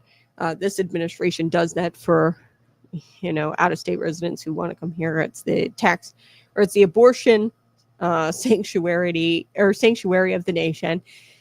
He cares suddenly about the misuse of funds. Okay, I don't think so. It's kind of like the Cookie Monster vetoing a bakery bill because he's worried someone might eat too many cookies. Yeah, so he's not worried about the misuse of funds for extremist groups. He's worried that this is going to become a political liability for him and that the Republicans would weaponize this bill against him. He definitely doesn't want to deal with that going into 2028. So Treasurer Friericks, he's obviously not happy. He wanted this bill to go through. He wrote back saying, "Governor, you're wrong. No hate group would ever agree to the audit requirements of this bill." So he's probably right in that, there's probably an audit process that would filter out any kind of right-wing conservative or Christian nonprofit organization from taking advantage of this investment pool, the state-run investment pool. So he's probably right in that sense, where there is an audit system that would be set up to where they get to pick who they want to pick to participate in this investment pool. But criminals, real radical groups, okay, hate groups, and I'm not talking the Oath Keepers; those are not extremist groups. I'm talking Adala Justice Project. Okay, the Adala Justice Project, connections to the Pritzker family, by the way. They are the types of people who go on these campuses and get arrested for disorderly conduct and, in some cases, violent behavior. Right? These are true extremists, pro-Hamas sympathizers or Hamas sympathizing groups. Those people are going to lie during the audit process in order to participate in this investment pool. So if they're actual extremist groups, of course, they're going to lie. Criminals lie on their taxes. Okay, lying isn't against the law. They're going to lie through the audit process in order to participate in the program. If you think that the audited statements are a barrier to extremist groups, that's not a barrier. You're daydreaming. You're not living in a reality. Extremist groups definitely will get into this investment pool because they're going to lie through that audit process. Actual extremist groups, and when I'm saying actual extremist groups, I mean the Adala Justice Project and these nonprofit organizations that are pro-Hamas sympathizers, they're Hamas sympathizing Islamic terrorist group sympathizers. They're going to wind up getting taxpayer dollars and subsidized through this investment pool. Because they're going to lie on their audit forms and they're going to say oh, we're not extremists, but they actually are. Here, he also said over 150 nonprofits supported the bill. Friericks said, of course they did. of course, Felix, they supported the bill. It's free money, it's better returns, it's less accountability, and what's not to love? But again, who decides on the eligibility of the nonprofit organization? The government. And I don't know about you, but I don't really trust what the government gets to decide. And once the government gets to decide, it becomes a tool for rewarding friends and punishing enemies. And that's how power works here in the state of Illinois. So the government-approved nonprofits are going to get to participate in this thing. Whereas, other nonprofit organizations, sometimes your faith-based nonprofit organizations, they'll get denied simply for having maybe conservative leanings, slightly conservative leanings. Your pregnancy resource centers would definitely not get to participate in this, or nonprofit organizations connected with nonprofit or pregnancy resource centers. They're not going to get to participate in this because of the audit process. They're going to allow those people who are deemed friends and those who are enemies not to be participants of this. So let's take a step back here and talk about scripture, because this isn't just about money, it's about trust. In Proverbs 11, verse 1, scripture says, a false balance is an abomination to the Lord, but a just weight is to his delight. So the government playing favorites with investments here, that is definitely a false balance. I would say they're creating winners and losers, not by merit, not by stewardship, but by political alignment. If they were to go forward with this bill, which I'm sure we're going to see it again, the Bible also warns in 1 Timothy chapter 6, verse 10, the love of money is the root of all evil. Look how these nonprofit organizations, they're supposed to be serving the poor, doing this great mission work, right? Like the Boys and Girls Club, like I'd imagine they'd be politically approved or politically aligned, and they definitely meet the eligibility requirements to participate in this investment pool. They're supposedly supposed to be serving like the poor, okay? And they're scrambling for government money. These 150 nonprofit organizations that supported this bill, they're scrambling for government money instead of relying on private donations and true community support. Why? Because government money is fast, it's easy, it's fatter, and it comes with political power and political strings attached. So we're supposed to render unto Caesar what is Caesar's and unto God what is God's. Okay, so, but in Illinois, what Caesar wants, not just your taxes, but he wants to manage your charity too. So your private donations, your tax dollars should be going to what is Caesar's, government, basic infrastructure, public safety, things like that. The government punishing wrongdoers or evildoers. That is what the government is supposed to do. But they want your money, and they want to take the money that is what is supposed to be God's money, right? So you're supposed to render unto God what is God's, but they don't want you to render unto God what is God's. They want you to take all your money, and they want to manage your charity too. And that, my friends, is dangerous ground. You have the government kind of deciding where your tax dollars go as far as what charity to donate to. I'm sorry, but I really don't like ICER or the Immigration Project in Normal, Illinois. Those are not nonprofit organizations that I would donate to. I would not donate to Boys and Girls Club. I just wouldn't do it. And, it's really sad that they've decided that they're going to take our tax money and play with it and throw towards charities of their liking. So I wouldn't even throw my money towards Oath Keepers. I wouldn't throw my money towards nonprofit organizations. Actually, I don't believe in nonprofit organizations at all. I think that they're anti-biblical and that they are just trying to distract us from the mission of the church.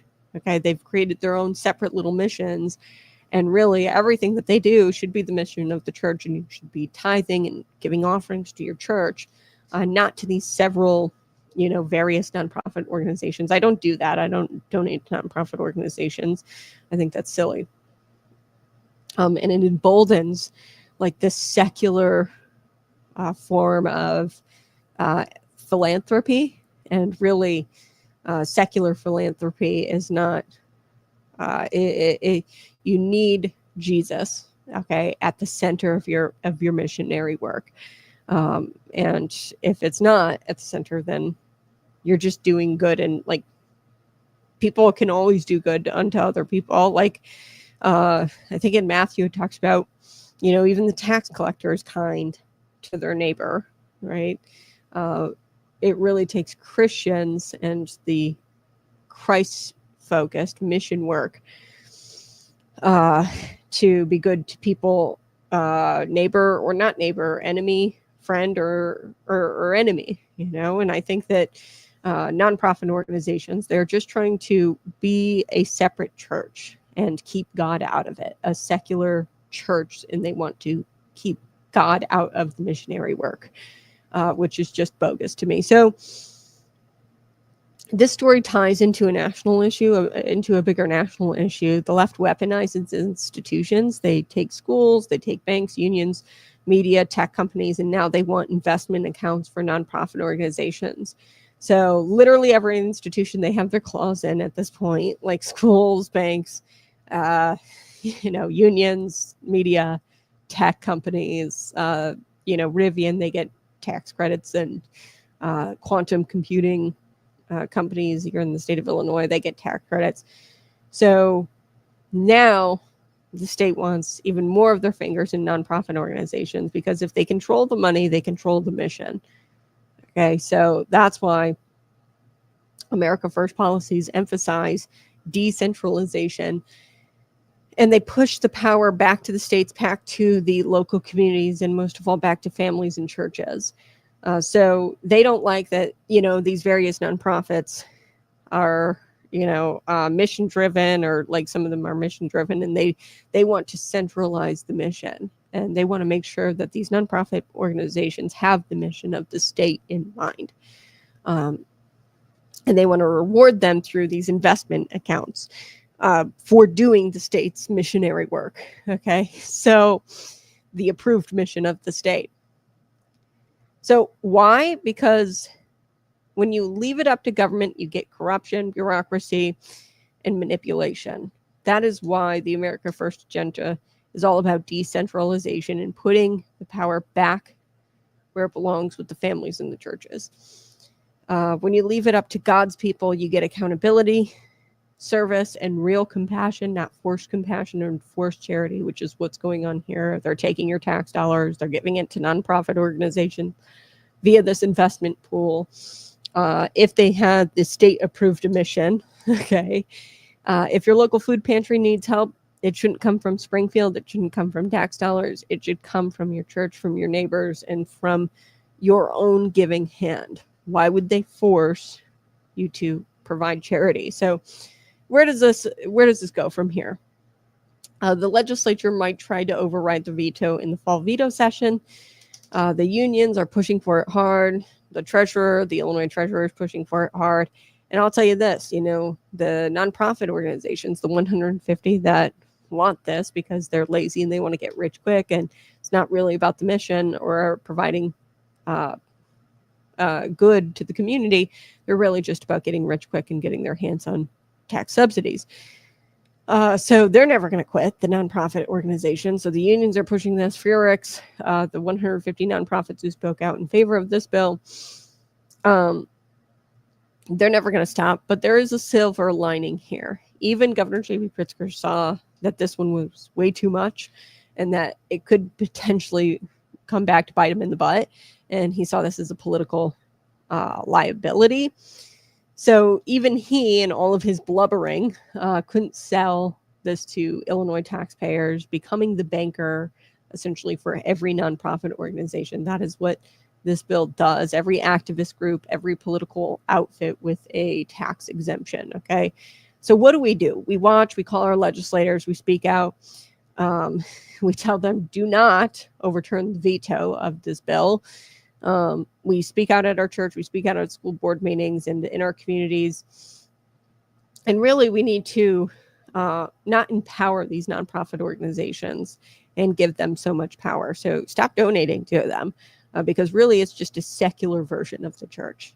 And most of all, we need to remind our neighbors that government is not God. Government cannot save, government cannot heal, government cannot create prosperity. These nonprofits can't do that either. Only God can. And a free people grounded in truth, liberty, they can keep that prosperity alive that God gives. And the healing is what God gives. Government can't do that. Nonprofit organizations can't do that. Only God can. So I'm going to take a quick break, and then we're going to come back. And I think I'm going to talk about the Chicago transit system a little bit. You're listening to Conservative Cat. Smash that like button. Subscribe to the channel right now. I'll be right back.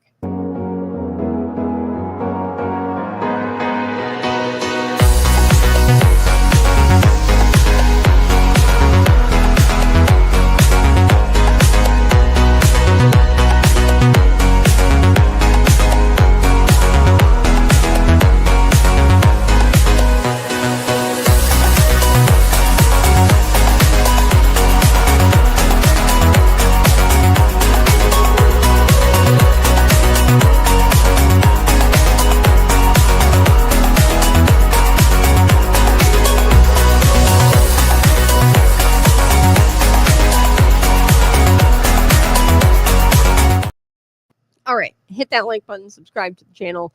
Government can absolutely create prosperity. Yeah, maybe for themselves. They can't create prosperity for you. That is something that you have to do for yourself. The government cannot create prosperity. Only God can give you prosperity.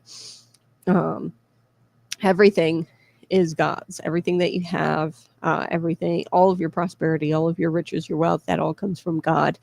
Government can manipulate, and steal from taxpayer dollars and enrich themselves through their get-rich-quick method. And I've talked about this before. People in the private sector typically take the biblical view that, hey, wealth is something that's gradually built, not like something that you should, like getting rich quick is anti-biblical, and they're all in the business of getting rich quick, people in the public sector and in government.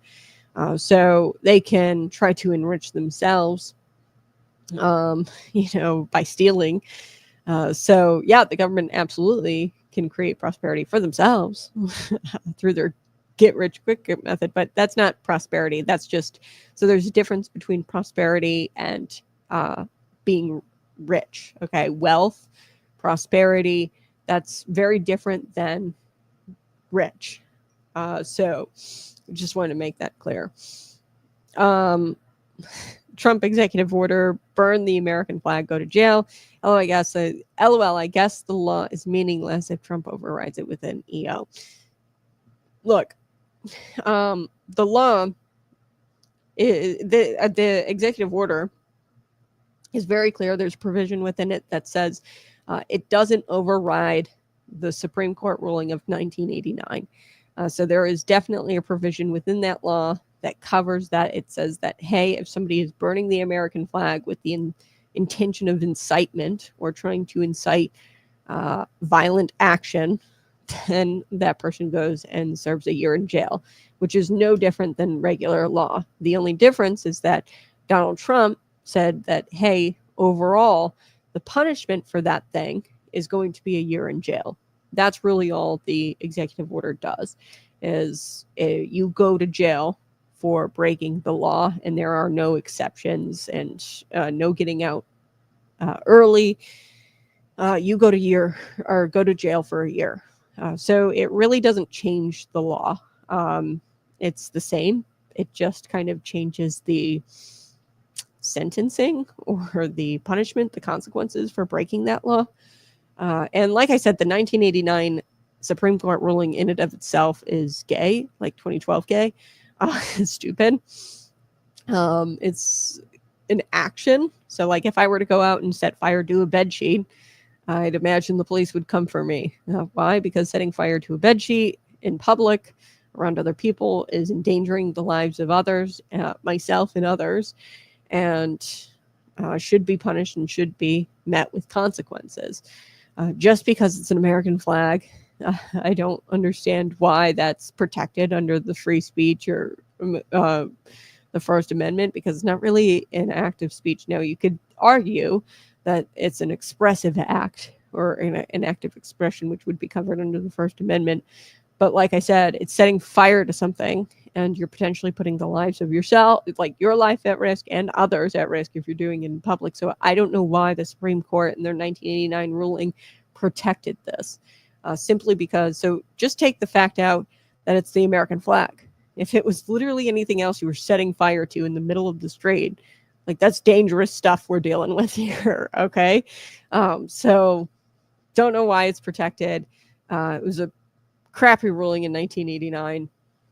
But the executive order Donald Trump signed actually tips a hat to the Supreme Court ruling and says we're not undoing the Supreme Court ruling. We're not trying to operate outside of it.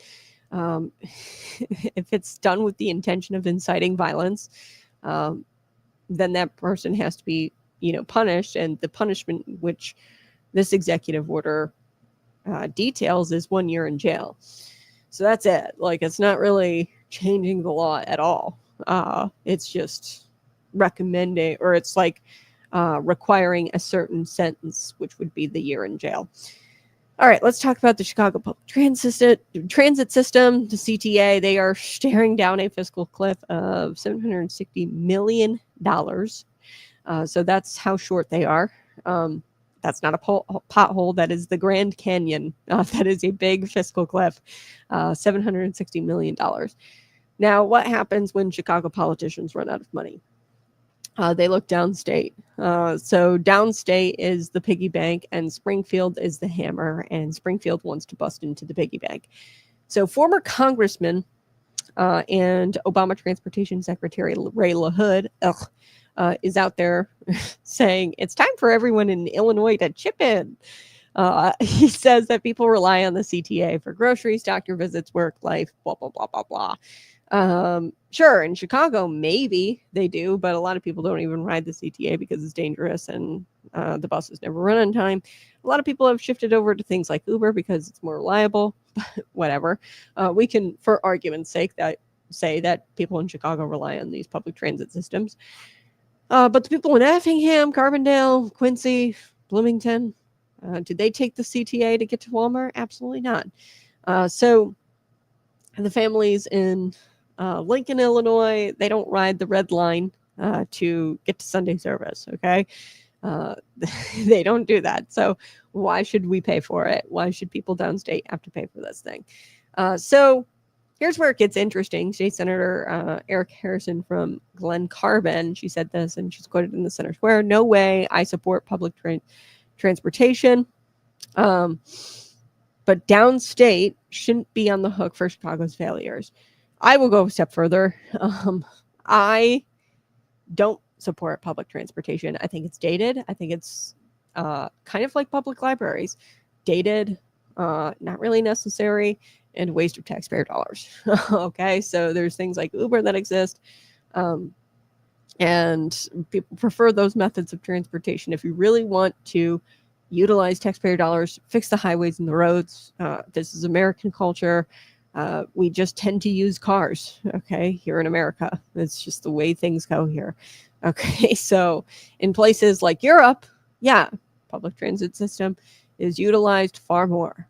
Here in the United States, with modern technology and Uber and ride sharing, like we've come up with ways where we don't do public transit.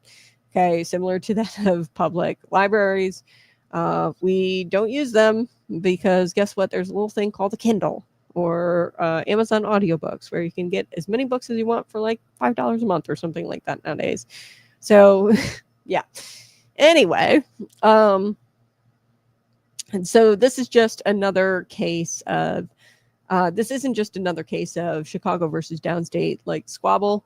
Okay, this is a bigger question of fairness. Should families who are already struggling with high grocery bills, high utility bills, electric bills, insane property taxes, should they be stuck funding a transit system hundreds of miles away, okay, that they rarely, if ever, have ever used?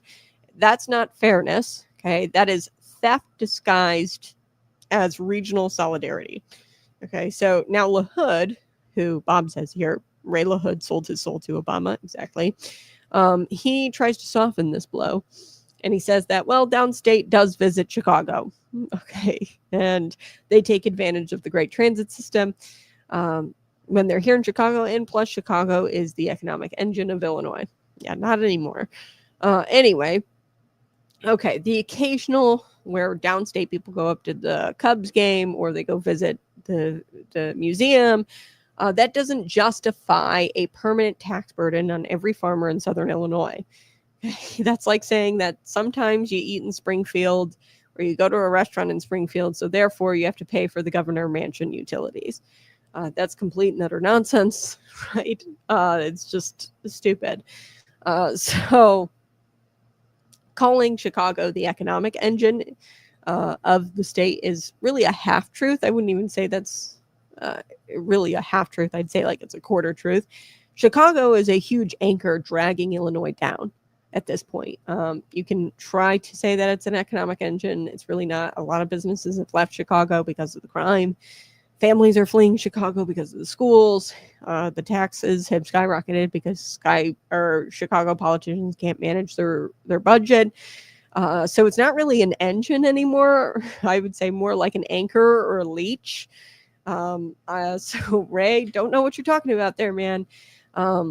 Now, it was floated that there was going to be this tax or this delivery tax of $1.50 to pay for the transit. That would mean every Amazon package, DoorDash, pizza box, diaper delivery to your door, that's going to cost you $1.50 more. And that's going to hit working families the hardest. Isn't it funny how their solutions always wind up squeezing you at the checkout line? You know, they never cut spending. They never talk about reform or cutting spending at the transit level or at the public transit system. They don't want to talk about reforming pensions. That's probably a big part of this as well. They don't want to root out corruption. They just want to invent a new tax. And it always winds up squeezing you, particularly at the checkout line when you're buying something. Okay, because God forbid you own anything or participate in this little thing that we call the free market. Because these people hate the free market. They hate the private sector. So Governor J.B. Pritzker chimed in saying that it's not soup yet, meaning like it's not done yet. This like funding the transit system. Whenever Pritzker talks about soup, I worry about the buffet line. Maybe he's on a diet, and it's kind of funny. I had a friend who served Governor J.B. Pritzker at a restaurant one time. He said that he got a salad. So I'd imagine like out in public, Governor J.B. Pritzker is definitely eating like soup and salad. And then like in his private life, gorging himself on like McDonald's or something. But yeah, he said it's not soup yet. That's what Governor J.B. Pritzker said. Here's the truth. And let me translate that for you.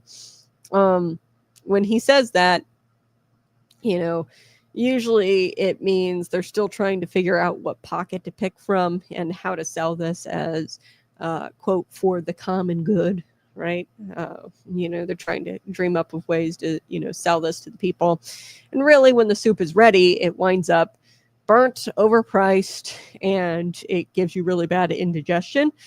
So they're still, when Pritzker says the soup isn't ready, or it's not soup yet, what he's saying here is that they haven't figured out what pocket to pick from yet and how they're going to sell it as a good thing. Senator Don DeWitt, he's a Republican. He says in the Center Square that there's alternative revenue scenarios being discussed. That means that there's possibility of surcharges or tax increases. Friends, I don't care, if it's like in the form of a surcharge or if it's a small amount or if it's a moderate tax increase. Those are all just kind of polite words for saying that you're going to be paying more. Republicans are supposed to be drafting their own bill, supposedly. So let's pray it's not a watered down version, because I feel like, you're going to get some of these weak-kneed Republicans who are going to water down like the $1.50 delivery tax, which people were really upset about. They're going to try to water that down a little bit. And it's going to be the same scheme, just with a different shade of lipstick, right? And, if Republicans think that voters are going to cheer for a smaller tax instead of a big one, they haven't been listening. Okay, we don't want any taxes. We don't want to pay for CTA. We want them to reform. We want them to cut waste. We want them to crack down on fare evasion. We want them to crack down on charge more for the fares. Okay, try to be competitive with Uber. Stop handing out these sweetheart deals to the unions and paying these unions gobs of money to lay down tracks. Okay, these rail tracks. Okay, and to do projects that never actually get done. Stop doing that because you're wasting all of your money. So you need reform before you start asking grandma in Decatur to pay another dime. Okay, you need reform. That's what we're saying. The taxpayers are saying. So if Republicans try to, water down the 150 thing and then they, hop on board with the bipartisanship, which is what they always do. Oh, it's not as bad as it was before, so I'll hop on the bill or I'll vote for the bill.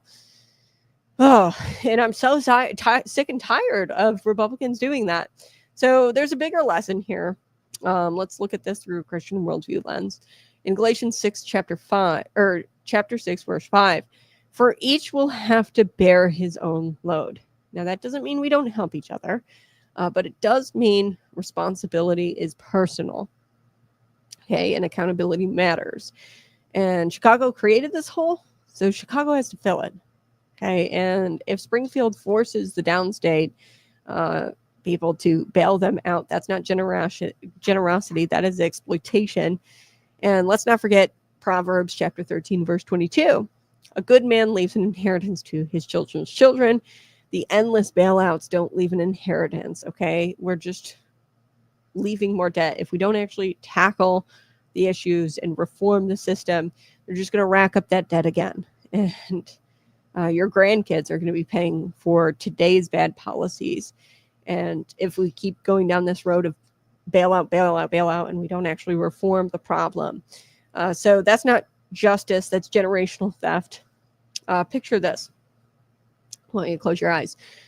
A farmer in southern Illinois wakes up at 5 a.m., feeds his cows, works 14 hours in the fields, and he finally sits down for dinner. And then Springfield tells him, hey, you actually have to fund the Chicago L train because little Jimmy here, he wants to go to Wrigleyville. Or in Wrigleyville, he missed the bus, because CTA, they constantly, the buses aren't running on time, or Jimmy didn't want to ride the bus because the bus is full of urine and crime.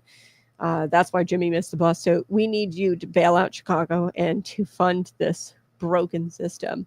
That's not solidarity. That is lunacy. And to expect the Southern farmer who works all that much to bail out Chicago is just absolutely ridiculous. And if Chicago can't keep its train running and can't keep the public transit running, instead of raiding downstate wallets, the politicians in the Windy City need to start selling tickets for a guided tour of the Corruption Museum at City Hall. That would probably raise billions of dollars overnight if they were to start selling tickets for a guided tour of all the corruption at the City Hall. Look, at this point, I'm anti-public transit or public transportation. I mean, I know some Republicans won't come out and say that. I will. I think that it's just a waste at this point. So this ties to a broader problem. Elites think that rural America exists to serve the urban America. They believe you exist to send them money. Your kids, your values, prop up their crumbling cities. They believe that you exist for the sole purpose of propping up their crumbling cities. So America first means putting our communities first, and it means fixing our schools before theirs. Okay, and our roads before theirs, and our families before their political empires. So you want to know what real transportation policy looks like? Invest in the highways, like I said. Connect farmers to the markets. Invest in freight rail that keeps goods moving. Okay, this whole Chicago transit system is not really needed. Okay, support maybe local transit, which, like I said, most of this stuff is very dated. Uber exists. I know Bloomington Normal, they have Connect Transit. I've seen one person, 2 people max on those buses at once. So we can't be forcing downstate taxpayers to bankroll train cars in Chicago that get spray painted and that are trashed all the time. We can't expect that. That's not good transportation policy. Good transportation policy would be investing in our highways and investing in freight rail. And, here's where things stand. The fall veto session in October, it's going to bring this fight to the floor. Democrats are going to push for taxes. Republicans say they have an alternative. I swear to God, if it is a watered down version of taxes or a lower tax than the Democrats and the Republicans tout this is a good move, I'm going to be losing my marbles. The unions are going to lobby. Of course they are. They want more money so that way they can, fix the tracks and be awarded these sweetheart contracts. They're going to lobby for this and for more taxes. Lobbyists will hover. And through it all, the people of Illinois will be asked to pay more again, I think, inevitably. There's no way we don't see a tax increase of some kind out of this. So remember, your voice matters. You can call your legislators anytime, tell them that downstate families shouldn't be punished for Chicago's fiscal recklessness. Remind them that fairness means accountability, not redistribution. And remind them that true charity comes from our hearts and it doesn't come in the form of a tax rate, okay? Rate hike or tax hike. The Trump administration, I do want to get to this. Oh, maybe I'll get to that tomorrow. They are in their common sense era is what I'm going to call it. Their common sense law and order reform era. So they have had overwhelming success in Washington, D.C. Now they're talking about going to other Democrat-run cities, specifically Chicago. And I'll probably get to more of that tomorrow because J.D. Vance, he had a speech that I'd like to share with you, but I'm pressed for time, so I got to get going. But I appreciate you guys being here. Smash that like button on your way out, and be sure to subscribe on your way out. Bye-bye. I love you so much. We'll talk again tomorrow, 6 a.m. to 8 a.m. Central Time. Bye-bye.